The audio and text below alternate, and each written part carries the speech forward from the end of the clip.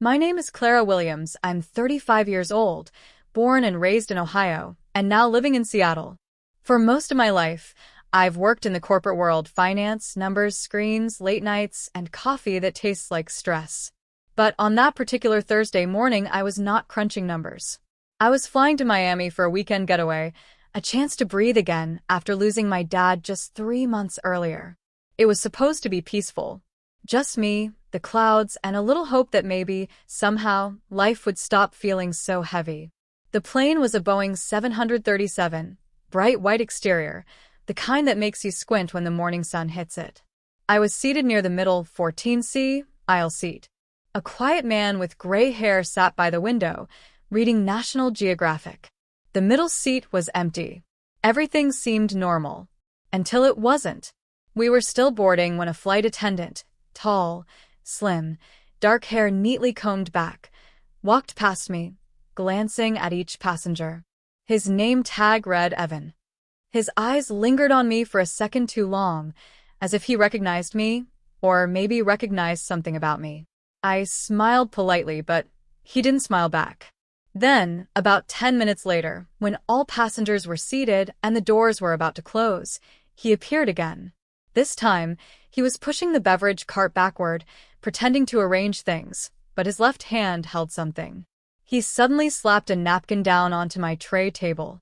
The motion was quick, but not aggressive, more desperate. I frowned, looking at the folded napkin. On it, scribbled in shaky handwriting, were the words, "Pretend you're sick. Get off this plane." I froze. I looked up at him, confused. His eyes were wide and nervous. "What?" I mouthed. He shook his head, barely noticeable, and whispered, "Please." Then he straightened up, turned, and walked briskly toward the cockpit. My heart started pounding. I didn't understand. Maybe it was a prank? Maybe he mistook me for someone else? But something in his face, the urgency, it wasn't a joke. Still, I didn't move. I didn't say anything. The gate door closed with that metallic thud, and I thought, whatever this is, it's probably nothing. The plane taxied, lifted, and climbed. 1 hour passed. Then 2. Everything seemed fine.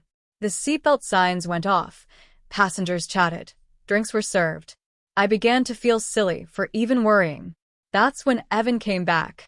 He crouched next to my seat, pretending to pick something from the floor, and whispered again, this time trembling, "Why didn't you listen? Please, I'm begging you." His voice cracked. His eyes looked red, like someone who hadn't slept in days. I whispered, "What's going on?" He opened his mouth to answer. But then, another flight attendant approached from behind, and he immediately stood up straight and smiled as if nothing happened. "Can I get you something to drink, ma'am?" he asked in his customer service voice. I forced a smile, my stomach twisting. "Just water, thanks."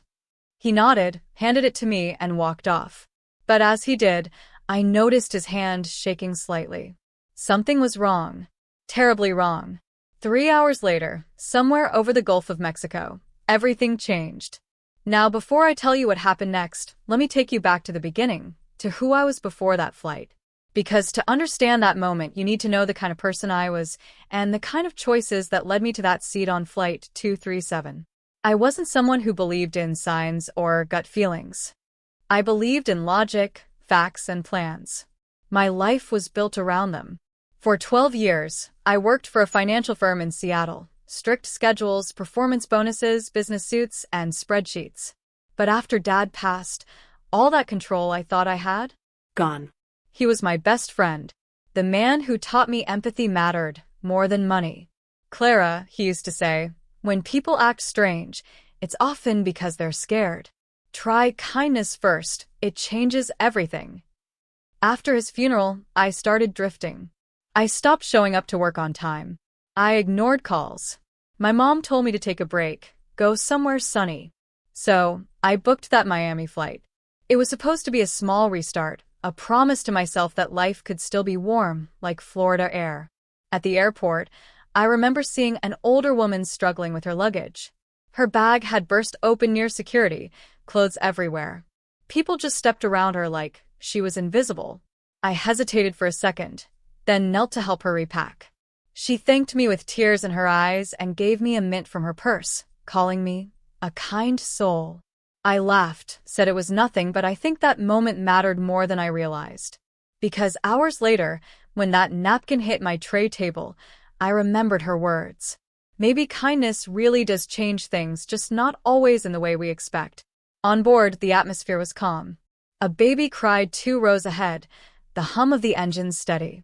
I remember looking out the window at the endless clouds and feeling, for the first time in months, a tiny bit of peace. Until Evan returned with that desperate look. There was something about him that broke my heart. He didn't look like someone playing games. He looked terrified. And yet, trapped. The man by the window leaned toward me after Evan walked away. "You okay, miss?" he asked softly. His name was Arthur, a retired history teacher heading to visit his grandkids in Tampa. "I'm fine," I said, forcing a smile. Just a little confused. He chuckled. "Airplanes do that to people." I smiled weakly, but my mind wasn't on small talk anymore. The napkin felt like it was burning a hole in my pocket. I kept replaying his words. "Pretend you're sick. Get off this plane." But how could I have? Once the doors closed, there was no getting off. Unless he knew something about what was on this plane. I tried to dismiss the thought. Maybe he saw someone suspicious. Maybe there was a security concern, but why me?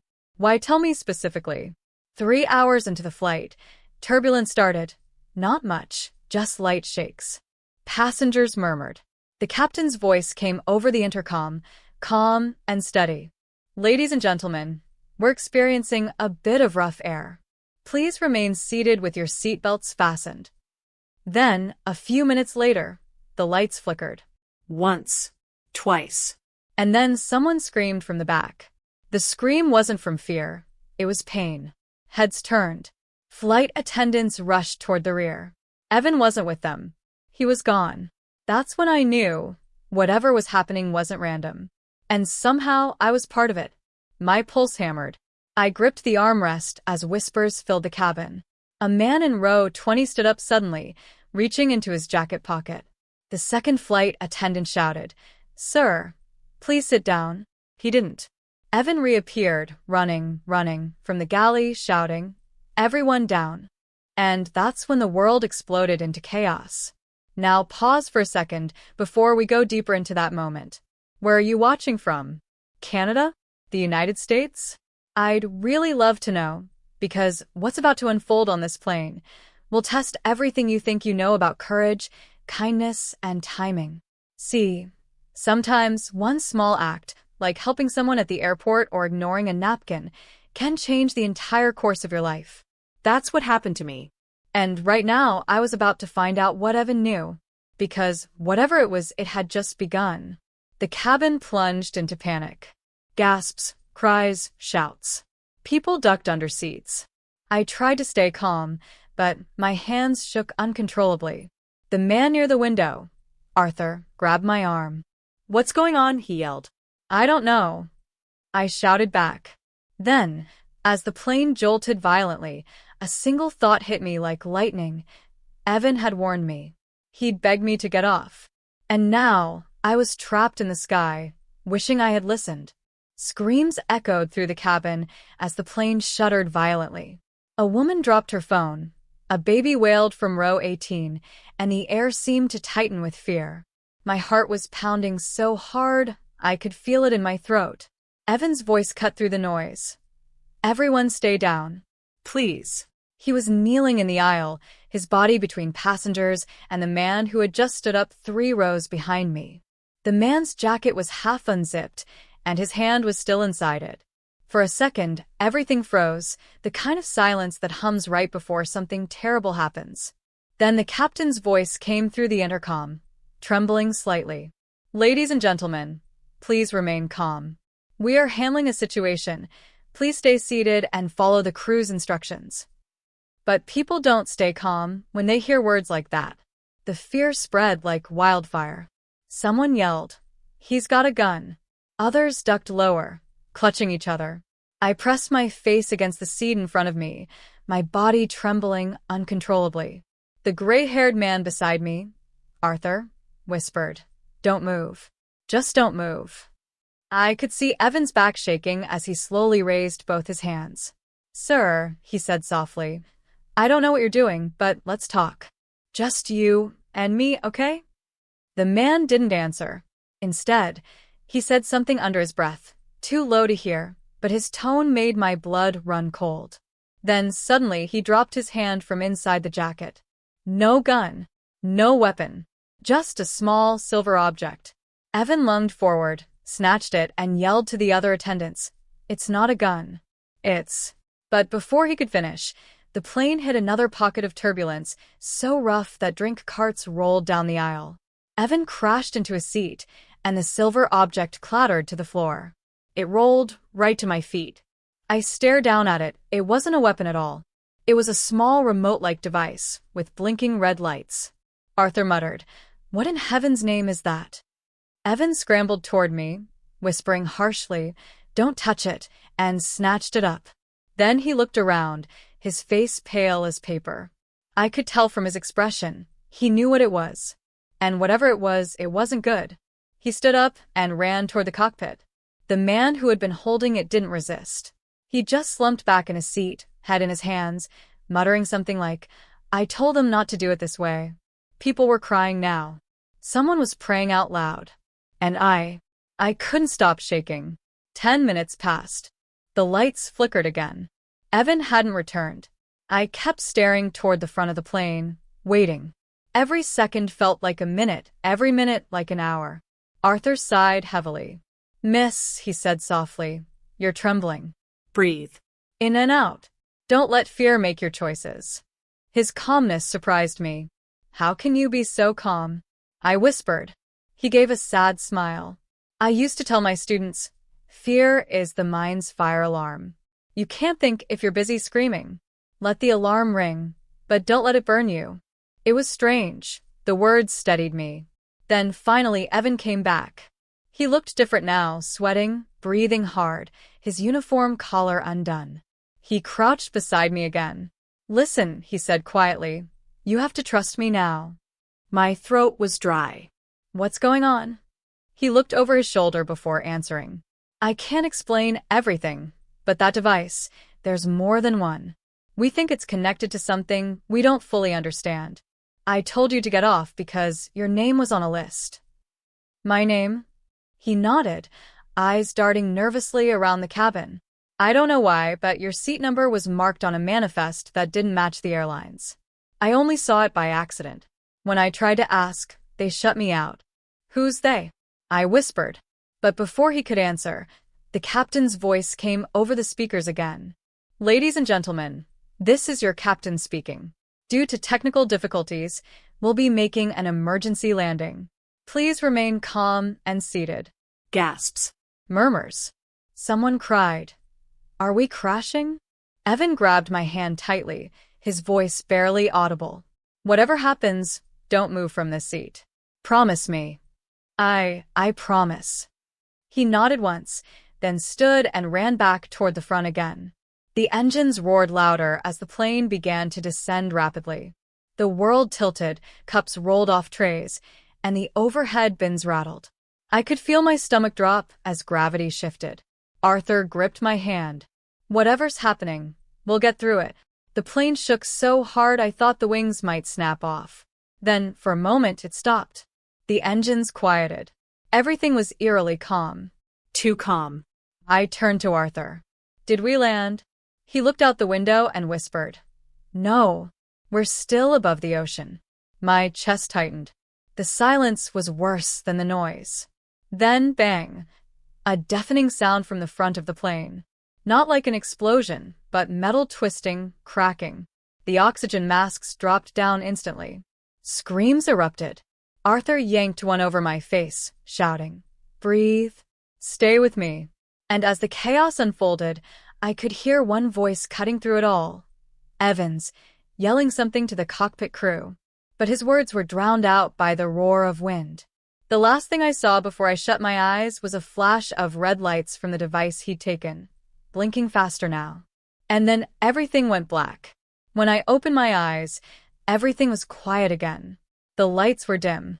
The air smelled faintly of smoke and something metallic. I could still hear faint sobbing nearby. Arthur was still next to me, holding my hand tightly. "You okay?" he asked weakly. I nodded slowly. My body ached all over. The plane was no longer moving. But it wasn't flat, either. It was tilted slightly, like one side had sunk lower. I blinked. Did we crash? He shook his head. No. I think we made an emergency landing. Then a faint sound came from the front, a voice over the speaker system, weak but steady. "Ladies and gentlemen, this is your captain. We are safe. Please stay seated. Help is on the way." The entire cabin erupted in tears, sighs, and prayers. Some hugged strangers. Others just sat frozen. I leaned back, tears streaming down my face, whispering, "Thank you, God." But just as I began to breathe again, Evan appeared in the aisle, his face ghost pale. He didn't look relieved. He looked terrified. "Everyone stay where you are," he said shakily. "No one leaves the plane. Not yet." Someone shouted, "Why not? We're safe, right?"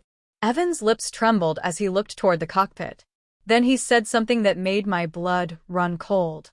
"No," he whispered. "We're not." The air inside the plane felt heavy, thick with confusion and fear. Some passengers had already unbuckled, eager to stand or grab their bags, but Evan's voice froze them in place. "No one moves," he repeated, more firmly this time. "Please, just stay in your seats." His eyes darted between the cockpit and the passengers, like he was caught between two impossible choices. The cabin lights flickered again, weak and uneven. Arthur leaned closer to me, whispering, "He's hiding something." I didn't answer. My mind was racing. The captain said we were safe, but Evan's tone said otherwise. I kept thinking about the napkin, about the way he had begged me to get off before takeoff. Whatever this was, it wasn't over. Outside the window, darkness had fallen. We were on the ground, but it wasn't any airport I recognized. There were no runway lights, no buildings, no movement. Just an eerie stillness. The faint outline of trees in the distance suggested we'd landed somewhere remote. A flight attendant from the front, Maya, I think her name was, walked quickly down the aisle toward Evan. "The passengers are panicking," she whispered sharply. "We need to start evacuation." Evan shook his head. "We can't. Not yet." She frowned. Why? "We're on the ground." He took a deep breath, lowering his voice even more. "Because we're not where we're supposed to be." My stomach dropped. Maya blinked. "What do you mean?" "The captain didn't follow the emergency route. We're not in Florida." A murmur rippled through the cabin as passengers caught bits of the conversation. People started whispering, "What's going on? Are we hijacked? Why aren't we being rescued?" Arthur gripped my arm. "Something's terribly wrong, Clara." I nodded numbly. Then, a deep voice came from the cockpit door. The captain, Captain Rhodes, stepped out, his uniform slightly disheveled, his eyes distant. "Everything is under control," he said. His voice was calm, but it sounded forced, rehearsed. "We experienced a systems failure and landed safely. Help is on the way." A man from row 7 stood up. "Then why are the lights out? Why can't we see any rescue trucks?" The captain didn't blink. "Communication lines are down. But we have location beacons transmitting.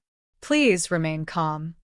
But his hand, the way it was gripping the doorframe, was shaking. Evan stared at him, his jaw tightening. "Captain, can I speak to you for a second?" The captain didn't move. "Later." "Sir, we need to." I said later. The entire cabin went silent. The captain forced a thin smile, turned, and disappeared back into the cockpit.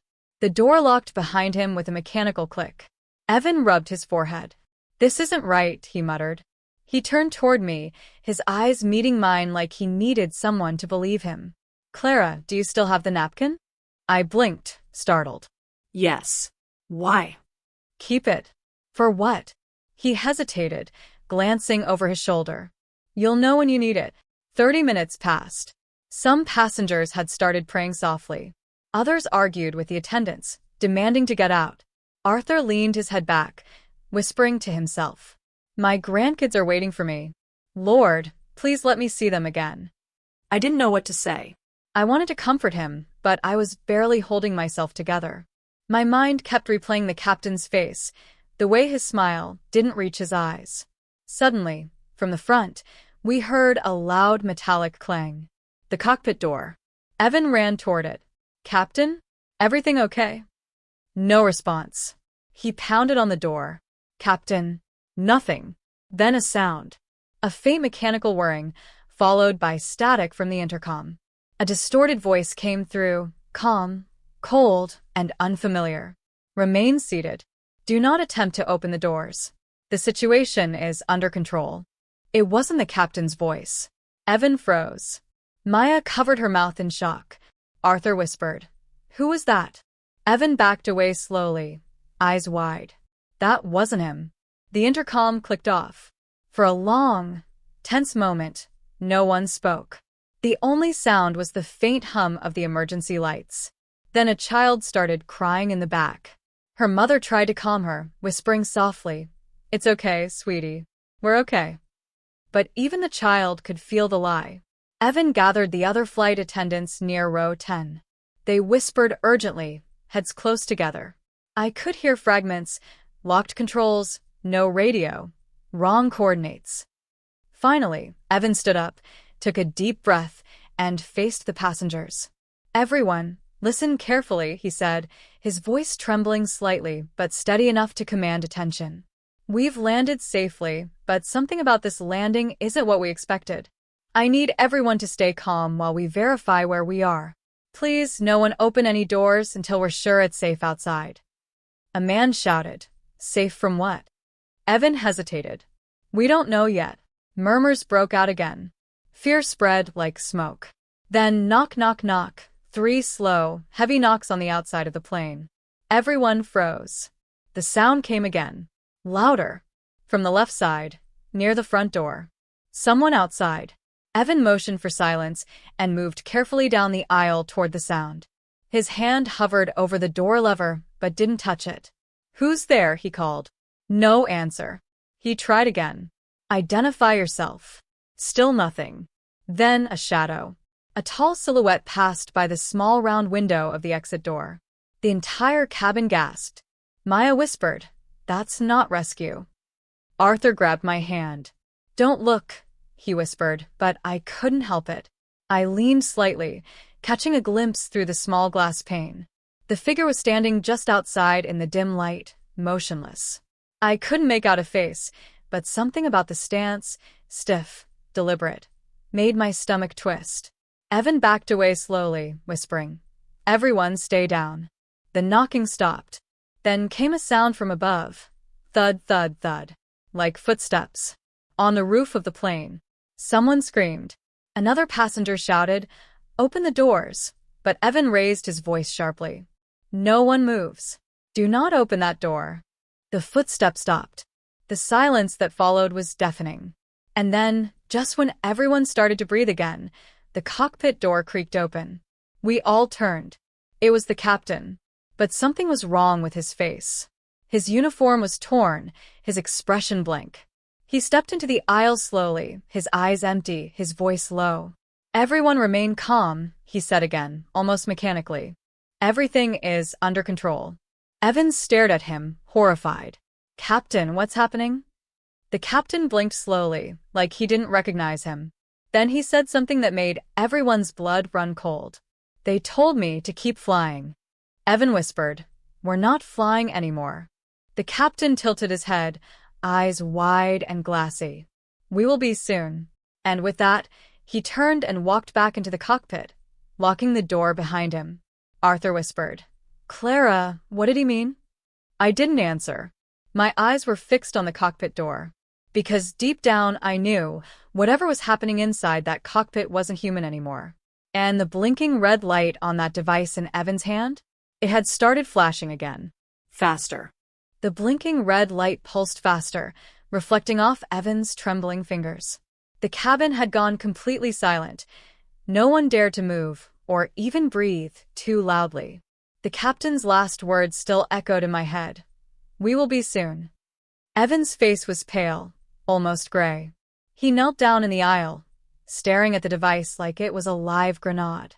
Maya, he whispered urgently, find me something metallic, something to pry this open.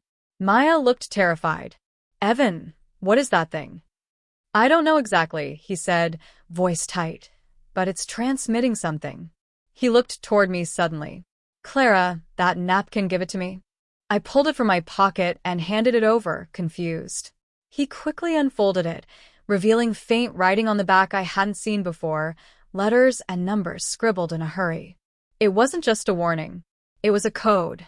Evan muttered the sequence under his breath. 7A, 9, Lima, 2, Echo. He glanced at the device again.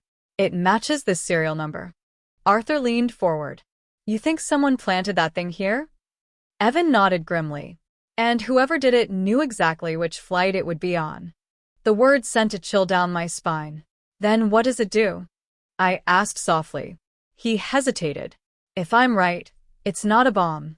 It's something that controls navigation or communication. It might have rerouted us. Rerouted? Arthur repeated. You mean we were never supposed to land here? Evan nodded. Gasps rippled through the cabin. A young man in a hoodie shouted from the back. Then where are we? No one had an answer. Outside, the night was still and black. No flashing lights, no sound of approaching rescue vehicles. Just silence and the faint rustling of trees in the wind. The flight attendants huddled again. Maya whispered. The captain's not himself. You saw him. Something's off. Evan nodded, glancing nervously toward the cockpit. He's either under pressure or under control. I frowned. Control? By who? Before he could answer, the cockpit door clicked again. Everyone's eyes turned. The door opened halfway, and the captain's voice floated out. Evan, I need you in here. Now. Evan froze. Sir, with respect, I need to ensure passengers' safety first. There was a pause. Then the captain's tone hardened. That wasn't a request. Maya whispered, Don't go. Evan looked torn. Sweat beaded on his forehead. I have to, he whispered. If I don't, we're all in more danger. He looked at me, his eyes locking with mine like he was trying to tell me something without words. Then he slipped the device into my jacket pocket and mouthed, Keep it hidden. Before I could speak, he stood up and walked toward the cockpit. The captain stepped aside and let him in, then shut the door behind them. The lock clicked again. The next 10 minutes dragged by like hours. Everyone whispered, cried, or prayed quietly. The air was hot and thick with fear. Arthur leaned closer to me. Clara, you okay? I nodded weakly. I just want to know what's happening. He sighed. You and me both. Maya moved down the aisle, checking on people, but her hands were shaking so badly that she spilled a bottle of water. When she reached our row, she whispered, He shouldn't have gone in there. Why? I asked. Because that's how they separate people. Take the calmest one first. Her words made my skin crawl. I looked toward the cockpit door again. Still closed. No sound from inside. Then thud. A loud crash came from behind it. Everyone gasped. Maya ran forward and banged on the door. Evan. Captain. No response. Another thud. Then a metallic clang. Something heavy hit the floor inside. People started shouting. Open the door. What's happening? Are they fighting? Maya tried to open it, but it wouldn't budge. It was locked from inside. Arthur stood, wobbling. Step aside. He grabbed a tray from the meal cart and tried to use it as a lever, but it bent uselessly. Then, just as suddenly as it began, the noise stopped. Total silence again. For a long moment, no one moved. Then, click. The door slowly opened. Evan stumbled out. His lip was bleeding, and his right sleeve was torn. His eyes were wide with panic. Maya grabbed him. What happened? He shook his head, trembling. He's gone. Gone. He's not in there anymore. The cabin went dead silent. What do you mean, not in there? Arthur asked slowly. Evan's voice was barely a whisper. I mean, he vanished. No one knew what to say. The words didn't make sense. The cockpit was a sealed room, No windows that opened, no exits except that door. But Evan's eyes told us he wasn't lying. Maya's voice cracked. Did you see where he went? Evan shook his head. One moment he was yelling about the coordinates, the next, the lights flickered, and he was just gone. Someone in the back shouted, "This is insane. We need to get off this plane." Others started standing, yelling, crying. The sound of panic filled the air. Evan raised his voice. Please. I know how this sounds, but if we open that door without knowing where we are... A man shouted, "I'd rather take my chances outside than sit here and disappear." He stormed toward the front. Evan tried to stop him, but the man shoved him aside and yanked the lever. The cabin filled with the hiss of pressure as the door cracked open. Cold air rushed in. And then nothing.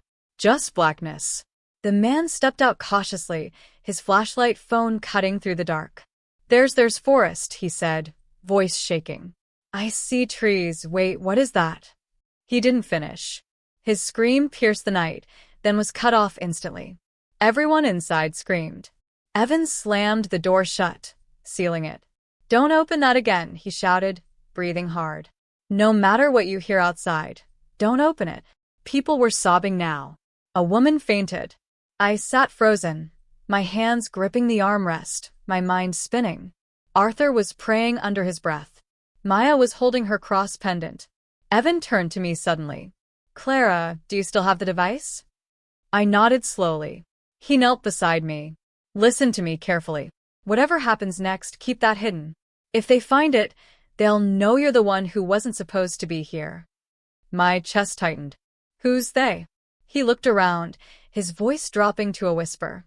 "The ones who made sure we'd never land where we were supposed to." The plane went silent again. Only the faint hum of the emergency lights remained. Then from outside came a sound that made every bone in my body freeze. A man's voice. The same one who'd screamed moments earlier. But now his tone was eerily calm. "Please," he said softly through the door. "Let me back in." Maya covered her mouth. Arthur whispered, "That's not his voice anymore." Evan whispered back, "Whatever that is out there, it's not him." Then slowly the handle of the door began to turn, by itself. When I opened my eyes, I was in a small white room that smelled like bleach and cold metal.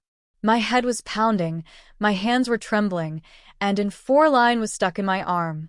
A nurse was standing beside me, her face tight with something that wasn't quite fear, but close. "You're okay," she whispered softly, glancing toward the door.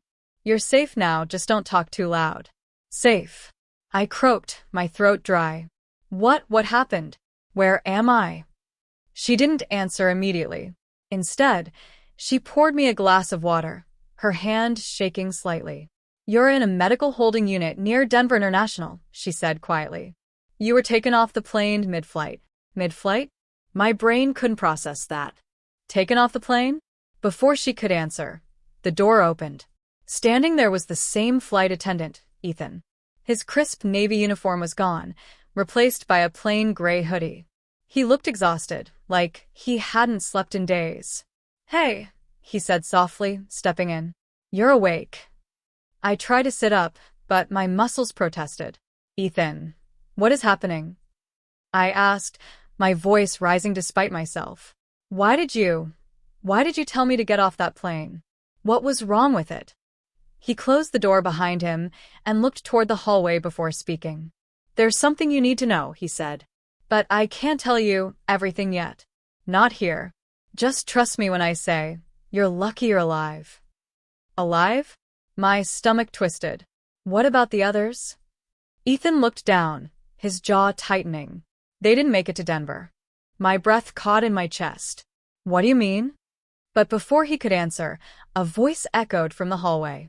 "Security's moving in 10 minutes."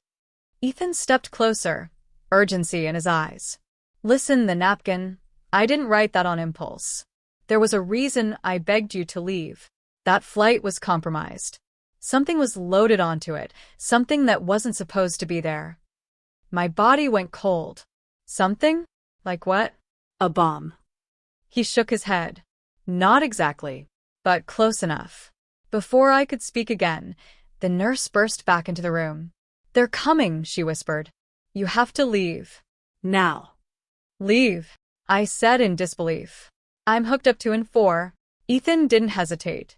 He pulled a line out gently but fast. You'll be fine, he said. You need to come with me. What about the hospital staff? I asked. The police? They're not who you think they are, the nurse said, her eyes darting to the door. Go. Ethan grabbed my coat from the chair and helped me stand. My legs felt weak, but adrenaline was starting to push through the fog. We slipped out the back door of the medical wing, stepping into the freezing Colorado night.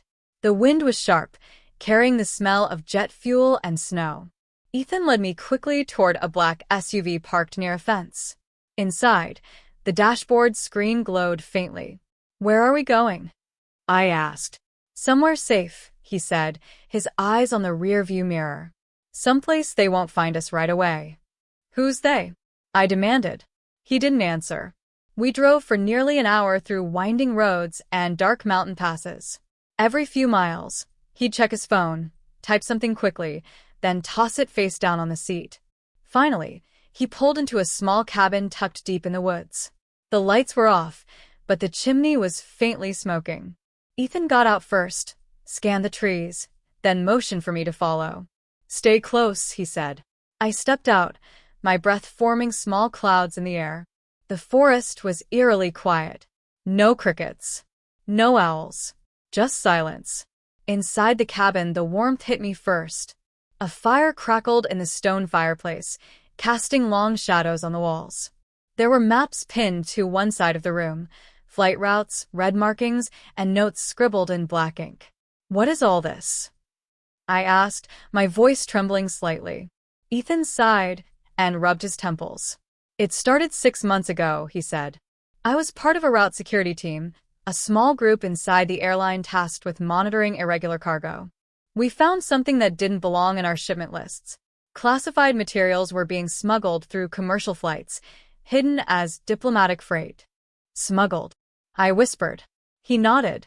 We reported it, but our higher-ups told us to leave it alone. Next thing I knew, 2 members of my team were found dead.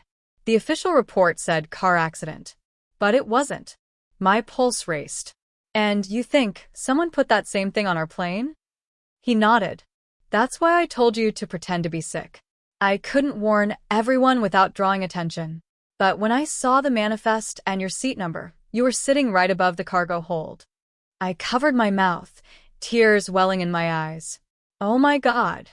I didn't know it would happen that fast, he whispered, his voice breaking.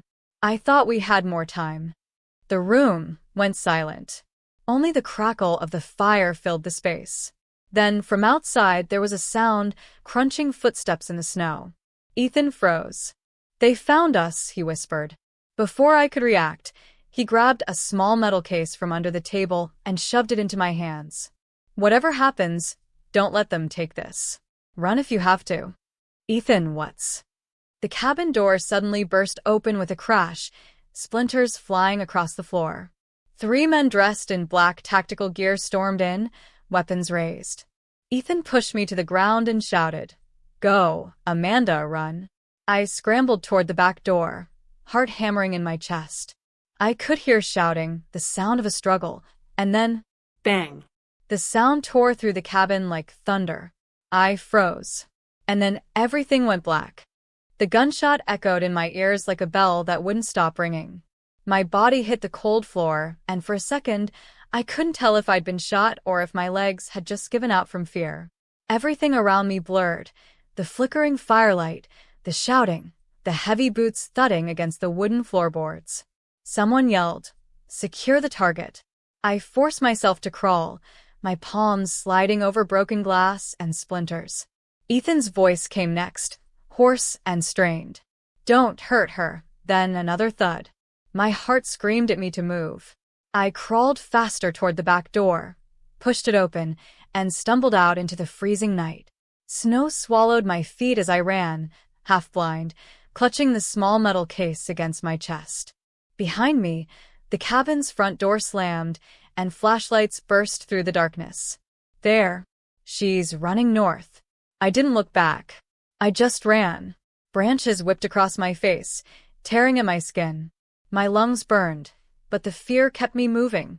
I could hear dogs barking somewhere behind me. They were closing in. I spotted a small ravine ahead, and without thinking, I jumped. The cold air rushed up as I fell, crashing through bushes and landing hard in a pile of snow. Pain shot at my arm, but I bit down a scream. I stayed still, barely breathing, as the sound of footsteps and shouting echoed above the ridge. "Check the east side," one of them barked. A beam of light swept across the trees just inches above me, then slowly moved away. When the sounds faded, I forced myself up and began walking, slowly this time, through the snow-covered woods. My teeth chattered, my clothes were soaked, but I didn't dare stop. I had no idea where I was or how far I'd gone from the cabin.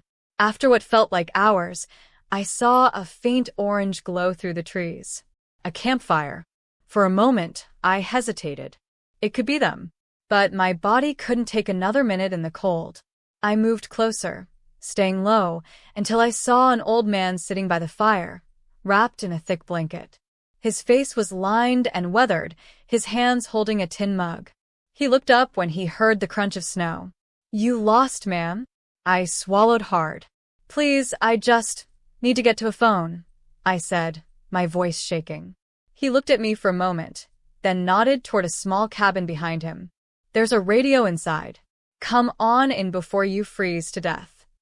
I followed him into the tiny cabin. It smelled of wood smoke and coffee. I kept the metal case close to me, never letting it out of sight. "Name's Henry," he said, setting the mug down. "You look like you've been running from something." "You could say that," I whispered. "There were men at a cabin. I think my voice cracked. My friend, Ethan, he tried to protect me." Henry nodded slowly, eyes narrowing. "There's a lot of bad people in these mountains at night." He motioned toward the radio on the counter. "Go ahead." I rushed to it and turned the dial. The static buzzed loudly before a voice broke through. "Denver Control, state your call sign." "Help," I gasped. "My name's Amanda Lewis. I was on flight 237 to Chicago. The plane. Something happened." But before I could finish, the line cut to dead silence. Then, the radio crackled again, but this time, it wasn't the same voice. "Amanda, you need to stay quiet," a low voice said through the speaker. I froze. "Who is this?" "It's me," the voice replied. "Ethan." My hand flew to my mouth. "Ethan, you're alive?" "Barely," he said, his tone urgent. "Listen, they're tracking your signal. Turn off the radio now." I stared at the dial. "But how? How do I know this is really you?" He hesitated. "The napkin. I wrote it with my left hand so it would look rushed. Only you'd know that." I felt a lump rise in my throat. It was him. "I have the case," I whispered. "I don't even know what's in it." "They killed people, Ethan." "What's inside?" "Evidence," he said. "Everything they've done. Flight routes, manifests, coded documents. If you can get it to the right people, this ends." Before I could ask more, Henry suddenly stepped forward. "Who are you talking to?" I turned, startled. "It's someone helping me." But Henry's expression had changed. Gone was the gentle, old man warmth. His eyes were cold now, calculating. "You shouldn't have turned on that radio," he said quietly. My heart stopped. "What do you mean?" He smiled faintly. "They're not the only ones looking for you." I stumbled back, clutching the metal case tighter. "Henry, who are you?" He didn't answer. He simply reached behind the woodpile and pulled out a small black device. It beeped once, then a red light began to flash. I froze. "Is that tracker?" he said. "They'll be here any minute. But if you hand me that case, maybe I'll tell them you didn't fight." I shook my head. "No. You don't understand what's in this." He took a slow step forward. "Oh, I do. That's why I'm here." Before I could move, headlights cut through the trees outside. Multiple cars, speeding up the hill. Henry smirked. "Looks like your ride's here." Panic exploded inside me. I bolted for the back door, shoving it open. Snow flew up around me as I ran into the forest again. Behind me, voices shouted, doors slammed, and flashlights flickered through the night. Amanda! Stop. But I didn't stop. I ran until my lungs burned and my vision blurred. Then, through the trees, I saw it, a train track. The faint rumble of an engine grew louder. A freight train was approaching. I looked back. The flashlights were getting closer. I had seconds to decide. Ethan's voice echoed in my head. Whatever happens, don't let them take the case. So I did the only thing I could. I tightened my grip on the metal case and sprinted toward the tracks. The horn blared, lights blinding, wind whipping through my hair. I jumped, and the darkness swallowed me whole. The cold hit first. It was like being punched by winter itself. My body crashed into something hard, metal, maybe, and then rolled into gravel. The sound of the train roared above me, so close it felt like thunder tearing the sky apart. Sparks flew, the smell of oil filled my nose, and for a few seconds, all I could do was curl into myself, praying not to be crushed. Then silence. When I opened my eyes, the train was gone, just the faint rattle echoing into the distance. I lay beside the track, my coat torn, hands bleeding, and the metal case still clutched against my chest. Somehow, it hadn't left my grip. My whole body ached, but I was alive. That was all that mattered. I pushed myself up and looked around. The night was deep and endless, broken only by the faint glow of a small town far ahead. I had no idea where I was, but I knew one thing. I couldn't stop now. Ethan's words burned in my head. If you can get it to the right people, this ends. I staggered toward the distant lights. My feet sank into the snow, my breath coming in shallow gasps. My heart pounded not just from exhaustion, but from fear, because I could still hear echoes of engines behind me. They were still hunting. After what felt like hours, I reached the edge of the town. A flickering sign read, "Welcome to Silverton." A tiny place, gas station, diner, one motel, and maybe 20 houses scattered along the mountain road. I ducked into the alley beside the diner, leaning against the cold brick wall to catch my breath. My reflection in the diner window startled me. I looked nothing like myself. My face was pale, streaked with dirt and tears. I looked like someone who had seen ghosts. A voice startled me. "Miss, you okay?" I turned quickly. A teenage boy was standing a few feet away, holding a tray of trash bags. He wore a diner uniform that said Jake's Grill. I hesitated. "I just need to use a phone." Please. "It's urgent." He frowned. "You look hurt. Should I call 911? "No." I snapped, louder than I meant to. "No, please, no police." He blinked, surprised. Okay. "I just need to make a private call," I said, lowering my voice. Please. "It's really important." He studied me for a second, then nodded slowly. "There's a payphone inside the diner. It's old, but it works if you've got coins." I didn't, but I reached into my coat pocket and found a single $10 bill, crumpled and damp. "Keep the change," I said. He smiled awkwardly. "That's a lot of change, ma'am. You sure you're okay?" "I will be," I said. Inside the diner, warmth wrapped around me. It smelled like coffee and grilled onions. A country song played faintly from a radio in the corner. No one paid attention to me, thankfully. I went straight to the payphone and dialed the only number I could think of. My brother, Daniel. He picked up after 3 rings. "Amanda? It's 2 in the morning. Where the hell are you?" "Danny," I whispered, voice trembling. "Listen to me carefully. I can't explain everything right now, but I need your help. I need you to get in touch with someone you trust at the FBI. Someone high enough that this won't get buried." There was a pause. "What are you talking about? Are you crying?" "Just do it," I said. Please. "It's life or death." He sighed. "Amanda, if this is about one of your investigation stories again." "Danny," I nearly shouted. "They killed people. They're chasing me. I have something they want. And if they get it, it's over for me." He went quiet. "Where are you?" Silverton, I said. "Near the mountains. Please hurry." Before he could answer, the diner door opened, and two men in dark jackets stepped inside. My blood went cold. They weren't dressed like police. Their eyes scanned the room carefully, moving from table to table. One of them tapped his ear, whispering into a mic. I pressed the receiver harder to my ear and whispered, "Danny, they found me." What? "Who?" "I can't talk. Just get help." I hung up before they could trace the call and slipped toward the back of the diner. Jake, the teenager, saw me and frowned.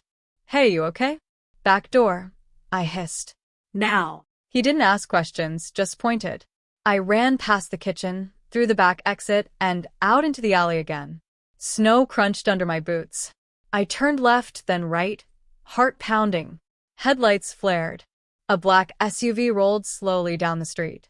I ducked behind a dumpster, clutching the metal case. The SUV stopped right outside the diner. Two men got out, the same ones. They were talking into radios now, scanning the street. Then another sound. Footsteps approaching behind me. I turned and froze. It was Ethan. But he wasn't in uniform anymore. He looked bruised, limping slightly, his eyes wide when he saw me. "You're alive," he breathed. I didn't know whether to cry or scream. "You were shot, Ethan." "Bullet grazed my shoulder," he said. "I barely got out. I've been tracking you since Denver." I didn't know what to believe anymore, but the way he looked at me, desperate, sincere, made something inside me trust him again. He glanced at the SUV. "We don't have time. Give me the case." I clutched it tighter. No. "You said never to let it go." "That was before," he said, voice urgent. "They know you have it. If they catch you, they'll kill you. I can lead them away, just give me the case." "How do I know you're still on my side?" I whispered. He looked at me for a long moment. "Because if I wasn't, you'd already be dead." I didn't move. My mind was racing. Everything around us was quiet, too quiet. Then I heard it. The faint crunch of snow behind him. "Ethan," I whispered. "Don't move." His jaw tightened. Slowly he turned. A red laser appeared on his chest. And then, bang. Ethan fell. I screamed, diving behind the dumpster. The metal case flew from my hands, sliding across the snow. Someone shouted, "Target down. Secure the package." Adrenaline exploded in me. I crawled through the snow, reached for the case, but a black boot stomped down in front of it. I looked up into the face of a man I recognized. My stomach dropped. It was Henry, the old man from the woods. Only this time, he wasn't pretending to be kind. He was wearing tactical gear, a gun in his hand, and a cold smile. "Told you we'd catch up," he said. Before I could react, he raised the gun, and the diner behind us exploded. The blast threw us both into the air, fire lighting up the night sky. Glass rained down. My ears rang, my vision blurred. Somewhere in the chaos, I heard tires screeching, people shouting, sirens wailing in the distance. Then I felt someone grab my arm, pulling me to my feet. It wasn't Henry. It was Jake, the teenage boy from the diner. "Come on," he shouted over the noise. "I know a way out." I stumbled after him, coughing through the smoke. Behind us, flames roared where the diner had stood. Henry's body was nowhere in sight. As we ran into the woods again, Jake glanced at me. "Lady, you better tell me what kind of trouble you're in." I clutched the metal case tight to my chest and whispered, "The kind that can kill anyone who gets too close." And somewhere behind us, a second explosion tore through the night. We ran until my lungs felt like they were tearing apart. The air in the mountains was thin and sharp, biting into my throat with every breath. Behind us, the fire from the diner painted the night sky orange, the smoke curling like a ghost over Silverton. I could hear distant sirens now, police or fire, I didn't know. But I couldn't trust anyone yet. Jake was fast for a teenager, his boots crunching the snow in quick, sure steps. He kept glancing back at me, his brown hair flying wildly in the wind. "You okay back there?" he shouted. "I think, yeah," I panted, gripping the metal case against my chest. "Where are we going?" He pointed ahead. "There's an old mining tunnel up the ridge. My grandpa used to take me there." If we can get inside, they'll never find us. Jake, you don't understand. These people aren't normal, I said, stumbling over a rock. They'll burn this whole town to find what I have. He didn't slow down. Then we better move faster. The trees grew thicker as we climbed higher. My body ached, my mind racing with images. Ethan falling, Henry's gun, the explosion, the red laser on Ethan's chest. Everything felt unreal. Jake, I gasped, slowing for a moment. Why are you helping me? He stopped just long enough to look at me, his expression hard but kind. You looked scared. My mom always said, if someone's running for their life, don't ask why. Just help. His words hit me like a punch to the heart. In all this chaos, I'd forgotten what simple kindness felt like. Your mom raised you right, I said softly. He smiled, just a flicker of warmth in the freezing dark. Yeah. She'd have done the same. We reached a clearing where the snow was thinner. Up ahead, half hidden under a ridge of rocks, was a dark tunnel entrance, surrounded by old wooden beams. Jake grabbed a flashlight from his jacket pocket and switched it on. This way. The tunnel smelled of rust and wet stone. The walls were slick, the air cold and heavy. We went deeper, the light bouncing off rusted tracks and broken tools. I held the metal case tightly, my mind replaying Ethan's voice in my head. If you can get it to the right people, this ends. Jake, I whispered, how far does this tunnel go? He shrugged. About a mile, maybe more. There's an exit near the river. We can rest there. I nodded, trying to steady my breathing. Every few steps, I glanced back at the mouth of the tunnel, half expecting to see flashlights or hear boots. But for now, it was silent. After about 15 minutes, Jake stopped suddenly. You hear that? I froze. At first, all I heard was my own heartbeat. Then there it was. A faint metallic clank, clank, clank, coming from somewhere deeper inside the tunnel. I whispered, what is that? Jake lifted his flashlight, shining it forward. The light hit something metal beams. But behind them, the tunnel curved left, disappearing into darkness. Probably old pipes or, he started. Then a voice echoed through the tunnel. Hand it over, Amanda.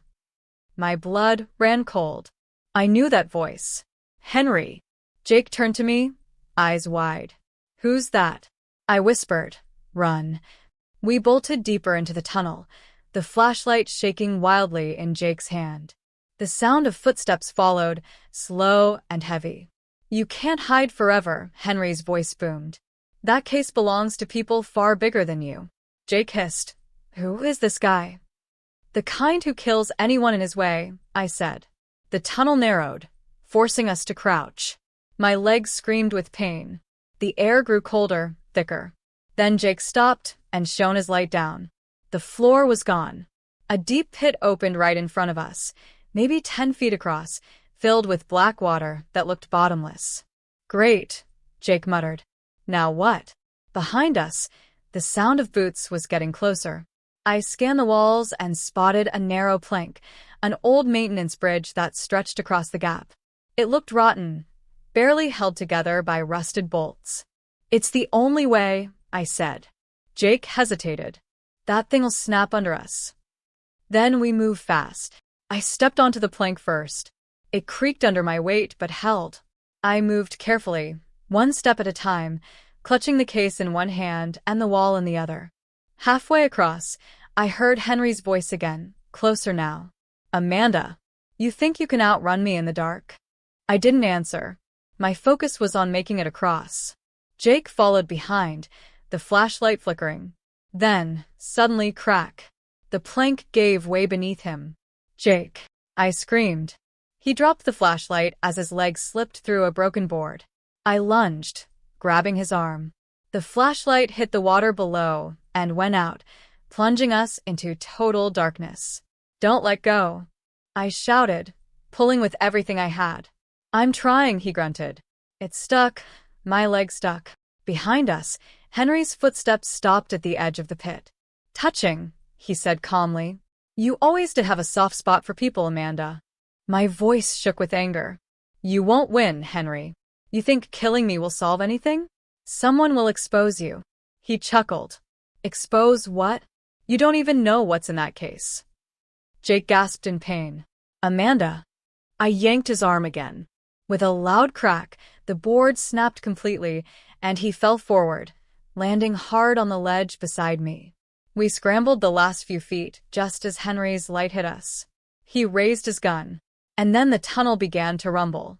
Dust fell from the ceiling, pebbles rattled along the ground. A deep, groaning sound echoed through the rock. Jake's eyes went wide. What's that? Cave in, I yelled. Run. We sprinted through the last stretch of the tunnel as the ceiling started collapsing behind us. Henry's shouts were drowned by the thunder of falling rock. I didn't look back.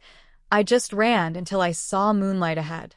We burst out of the tunnel and stumbled down a snowy slope, coughing and covered in dust.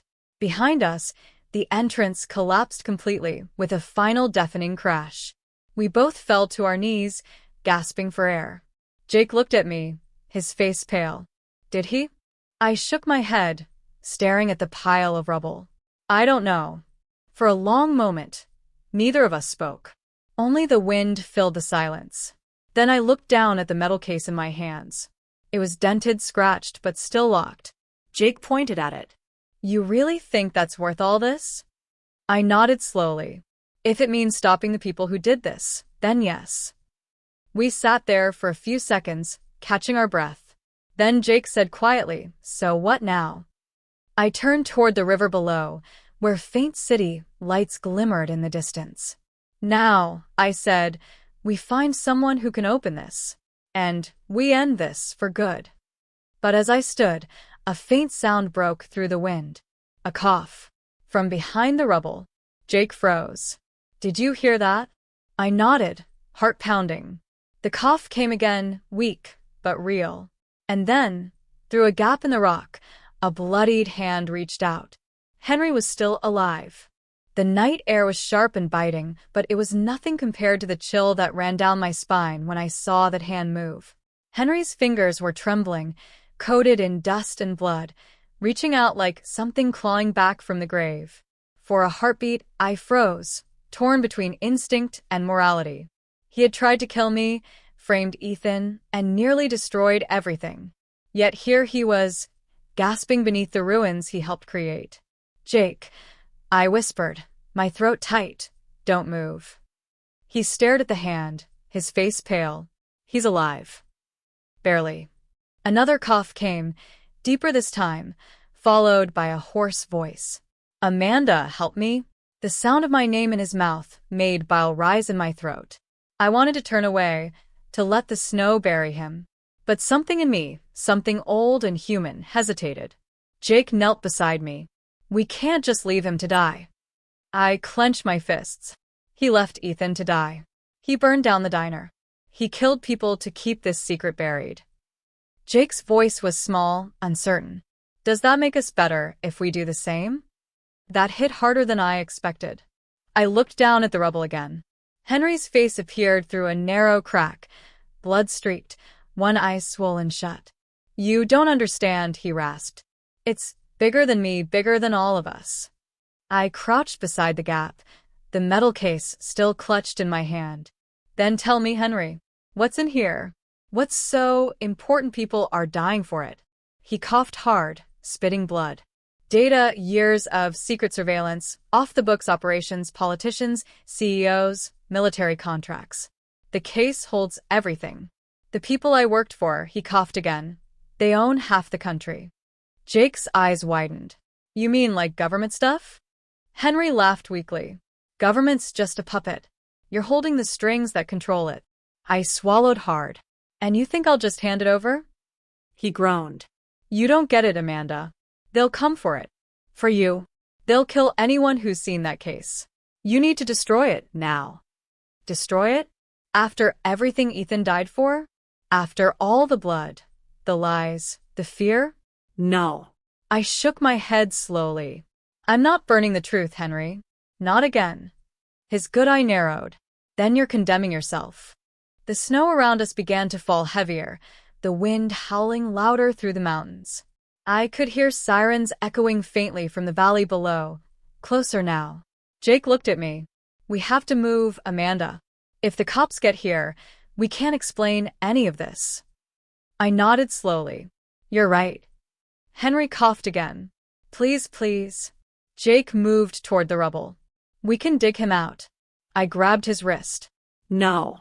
If we free him, he'll follow us. And if his people track him, they'll find us too. He hesitated, torn between compassion and survival. He's dying. So was Ethan, I whispered, and no one helped him. Henry reached out once more, his voice fading. Amanda, if you don't destroy it, you'll never make it out of this alive. I stood there, heart pounding, watching as his hand slowly went still, the snow beginning to cover it. For a long, heavy silence, we said nothing. The wind howled through the collapsed tunnel, whispering through the cracks like a final breath. Jake finally spoke, voice quiet. You just left him. I had to. I turned toward the valley, blinking tears that burned in the cold. Sometimes, mercy is just another kind of death. We started walking again, the snow crunching under our boots. The case felt heavier now, like it contained not just secrets, but souls. After an hour, we reached the riverbank, where the moon reflected off the black water. There was an abandoned cabin nearby, its windows cracked, but it offered shelter. Inside, Jake built a small fire while I sat on the floor with the case in front of me. The lock was biometric, Ethan's design, I realized. He'd told me once, only 2 people can open it, you and me. I pressed my thumb against the reader. The green light blinked once, twice, then turned red. Access denied. I exhaled shakily. It's coded to him. Jake frowned. Then we can't open it? Not without Ethan's clearance, I said softly. Or what's left of it? Jake hesitated. You mean? I nodded grimly. We need his body. He stared at me in disbelief. Amanda, he's gone. The explosion. I don't care. I cut in. If there's even a chance, I'm not stopping now. He died for this. I need to finish what he started. Jake leaned back, rubbing his face. You're insane. Maybe, I said. But that's all I have left. Outside, the storm was building, the wind shrieking through the trees. I could almost hear Ethan's voice in it, soft, calm, determined. Get it to the right people, Amanda. Don't let them bury it. I looked down at the case again, tracing my fingers over the cold metal. Somewhere inside, the truth was waiting, and I was going to tear the world apart to get to it. We waited until the night was darkest, and the police lights in the valley grew dim. I had not slept. My hands felt numb and heavy. The metal case sat between my knees like a cold, stubborn heart. Jake slept in a corner, wrapped in an old coat he found in the cabin. He was a kid, but he had kept me alive. I thought of Ethan and how his voice still lived in my head, steady and low. Get it to the right people, Amanda. Don't let them bury it. Morning came slow and gray. The snow had stopped, but the ground had turned to hard ice. We moved quietly, hiding our tracks as best we could. The plan felt small and big all at once. Go back to the diner ruins, find what we could of Ethan, find anything that would open the case, and then get the files into hands that could use them. Jake carried a small shovel and a crowbar he had found. I carried the case like a promise. My heart was a drum in my chest. Every shadow felt like a face watching me. Every sound made me start. The diner looked like a burned-out shell of a book. Black glass lay like teeth on the ground. The counter had fallen in. The place smelled of smoke and oil. A few burnt chairs sat like sad people, frozen where they had been thrown by the blast. I felt sick. This had been a place of light, and now it felt like a grave. We moved slowly around the perimeter. The police tape lay twisted and broken. There were scorch marks on the pavement and deep gouges where something heavy had hit the concrete. Someone had left a small bouquet of plastic flowers by the door. It looked wrong and right at the same time, a little kindness in the middle of ruin. Jake found a small opening near the kitchen, a gap, where the blast had thrown the wall out. This way, he whispered. We crawled through the gap. Dust filled my mouth. We climbed over charred beams and hot metal. For a moment, I thought of leaving the case right there and running into the trees. But Ethan had given his life for this. I could not leave what he died to protect. In the back, near where the kitchen had been, there was a dark hole in the floor. The blast had pushed the floor inward and burned a hole straight down. I knelt at the edge and looked. Smoke came up from below, and it smelled like hair and plastic. My throat closed. "Do you see anything?" Jake asked. I reached down and felt with my fingers between the broken boards. Something caught my hand. A patch of cloth. I pulled, and a piece of jacket came up, stiff and blackened. I thought it was the wrong color for Ethan's uniform. My hands trembled anyway. I kept pulling, and then a scrap of skin came free, burned and fragile like paper left in the sun. I had to close my eyes. For a moment, I couldn't breathe. We worked for hours. We dug with our hands, then with Jake's little shovel. The police came and went in the valley, their shouts faint, their lights far. We hid until the crews moved on. We crawled back in the afternoon and found more: a shoe heel, a crushed wristwatch, a badge that was melted almost beyond reading. My hands were bleeding, my knees were raw. Still we kept going. At last we found what we needed. Under a beam, in a small, dark pocket of ash, there lay a scrap of leather with a smudge of old blood and, beside it, a small black key fob. It was scorched, but the little chip inside it was whole. I recognized the pattern. Ethan had once told me about security fobs. He had said, 2-person keys. One for me, one for you. You keep one. I keep the other. If something happens, you use the key. My hands shook so hard I could hardly put the fob into my palm. We wrapped it in my shirt like it was a newborn. I whispered to the empty room, "Thank you, Ethan." I didn't know if he could hear me, but I hoped somehow he knew we had not let him die in vain. We left the diner the way we had come, small and careful. The sky was a hard white when we crossed the river and took the long road down to the town where phone signals screamed and the world felt crowded again. I had the small key fob. I had the metal case. Jake had his fearless face and his steady feet. I had no plan more than a prayer. The easiest path would have been to walk into the nearest police station and give everything to them. But the people chasing me had friends everywhere. Henry had said that his bosses owned half the country. Trusting them to a normal police desk felt like handing a wolf a lamb and asking it to babysit. So I used the last honest channel I had, Daniel, my brother. I called him from a payphone that afternoon. His voice came on like a bright light. "Amanda? Where are you? I've been a wreck. Mom's been calling. Why are you doing this?" "Danny," I said, "I have the case. I found Ethan's fob in the diner." We dug him out. I could hear him catch his breath. For a second I thought he might cry right there on the line. "Where are you now?" he asked. "Stay put. I'm coming. Don't go anywhere." He drove like a man who had been waiting to be needed. When he arrived, he was pale but fast. He hugged me like we were children again. I cried in his shoulder until my chest ached. He asked smart, quick questions. He never once laughed at me or told me I was wrong to run. For that alone, I loved him. We drove to a safe house Daniel had once used in a case. It was small and plain and hidden behind a line of tall maples. Inside, he had an old friend, an FBI agent named Rachel, who had once worked on white-collar cases. She was tired in the eyes but sharp in the mind. Daniel had called her from the road. Rachel looked at the case and the fob. Her face was a hard mask. "You did the right thing," she said. "This is federal now. You should have called us sooner. But you came when it mattered." "How do we open it?" Jake asked. Rachel held the fob gently, like it was a secret. She pressed it against a small reader on her laptop. The machine hummed. A line of green appeared. Then, slowly, a lock symbol opened on the laptop screen. "Only with the fob and the biometric," she said. "We need a print." I closed my eyes and thought of Ethan, his laugh, the way he kept a packet of gum under his sleeve, the way he tugged at his left ear when he was worried. I lifted my hand and thought of the napkin he had slapped down in my lap, the shaky handwriting, the code. I thought of his thumbprint on the fob. I had no thumbprint of Ethan's. But in my pocket was something he had worn, a band. It was just a simple leather wristband he'd given me once as a joke, something he'd worn day in, day out. It had his sweat on it. It might have his print on the inside. I pressed the band to the reader. The light blinked, held, then read. "Access denied," Rachel said softly.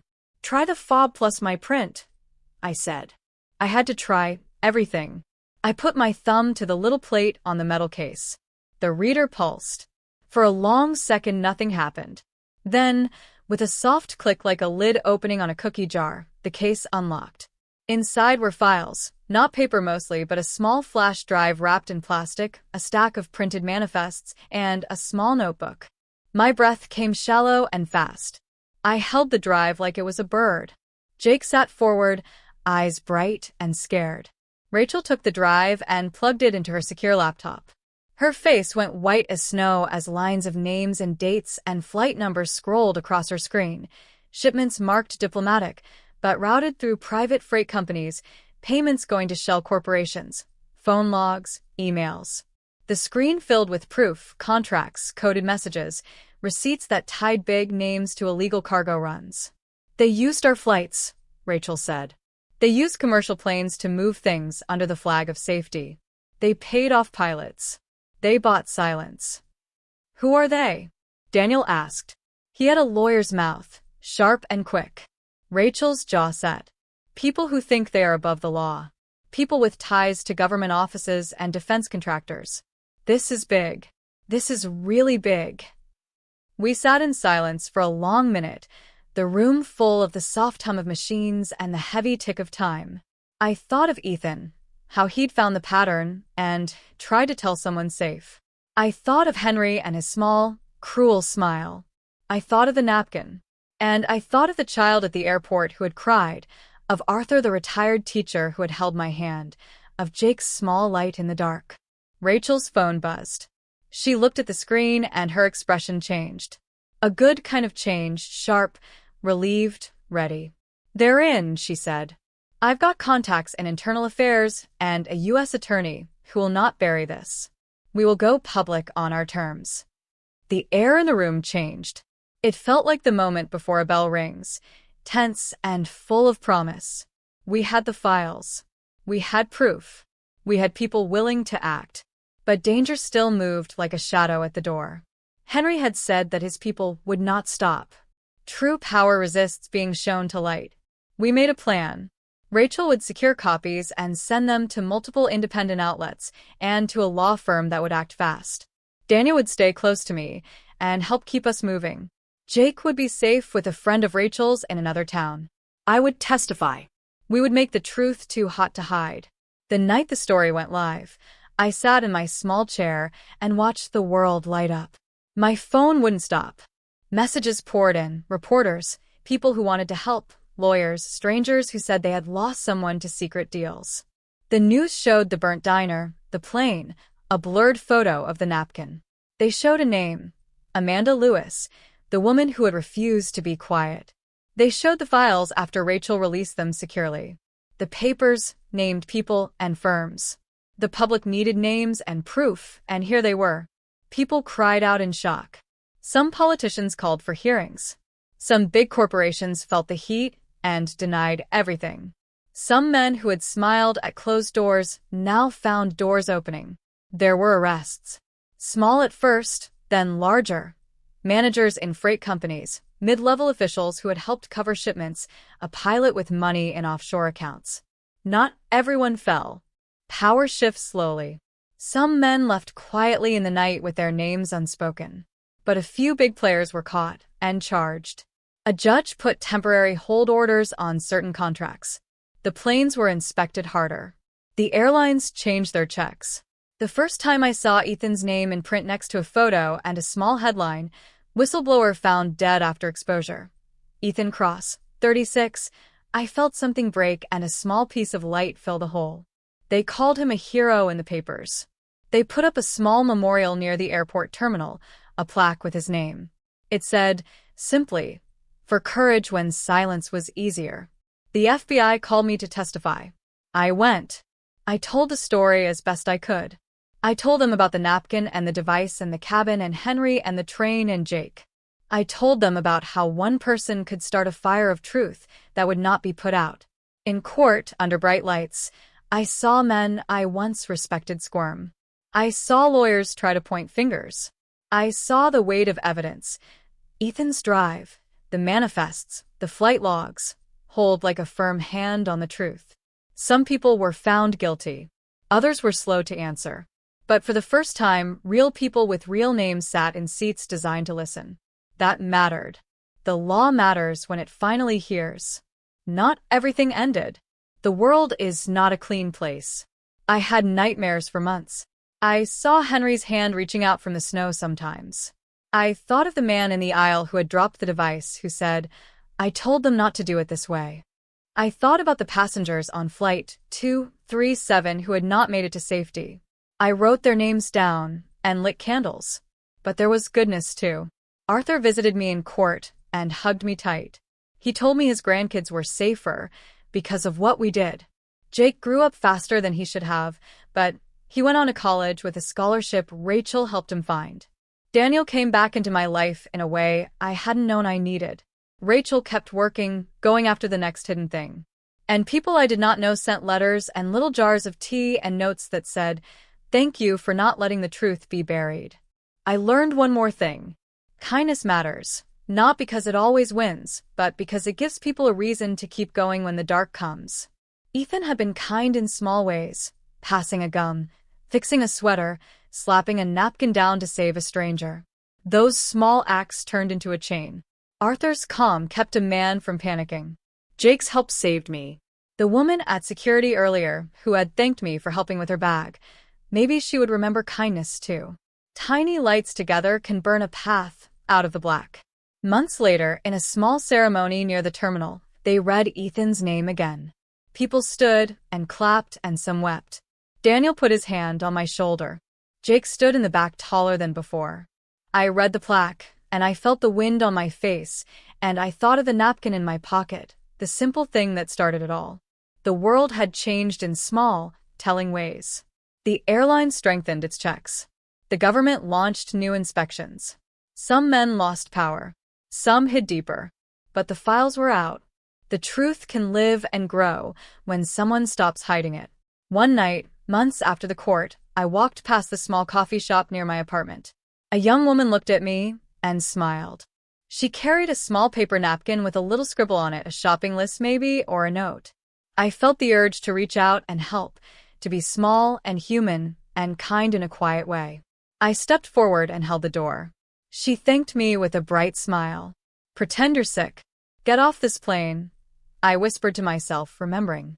The absurdity of the phrase made me smile then cry. I had been asked, screamed at, begged. I had been frightened and brave and small. I had watched someone choose to be kind even when the cost was high. I had learned what it means to stick a hand out when someone calls your name. The world is never perfectly safe. There will always be men who choose darkness. But there are people like Ethan and people like you and me who keep the light flickering. You can ignore a napkin. You can pretend nothing happened. Or you can look, choose, and act. I still keep the napkin folded in a drawer. It is faded now. On it, in shaky handwriting, the words are a small, strange prayer. I look at it when the world feels heavy. I remember the sound of flight engines, the hush of the cabin, the pounding of my heart, and the small, stubborn grace of a stranger who wanted to keep someone alive.